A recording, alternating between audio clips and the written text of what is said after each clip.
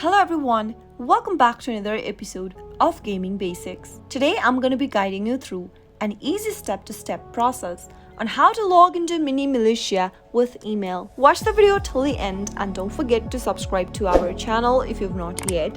Press the notification bell so that you'll never miss another upcoming upload from us. When it comes to logging into Mini Militia, there are several options you can go on with. From the main homepage of Mini Militia, after you open up the app, tap on the settings button at the top left. Now from the account page, you'll be able to see several options. That is, log in with Facebook, sign in with Apple, and log in with email. To log in with your existing email address, you'll need to tap on the email button, enter your email address that is associated with your account, and tap on the submit button.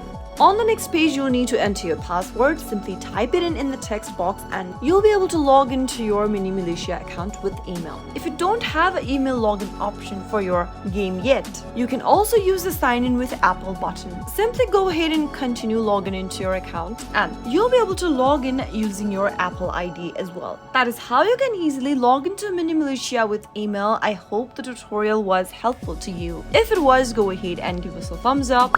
I'll be back soon with more videos like this. Thanks for watching.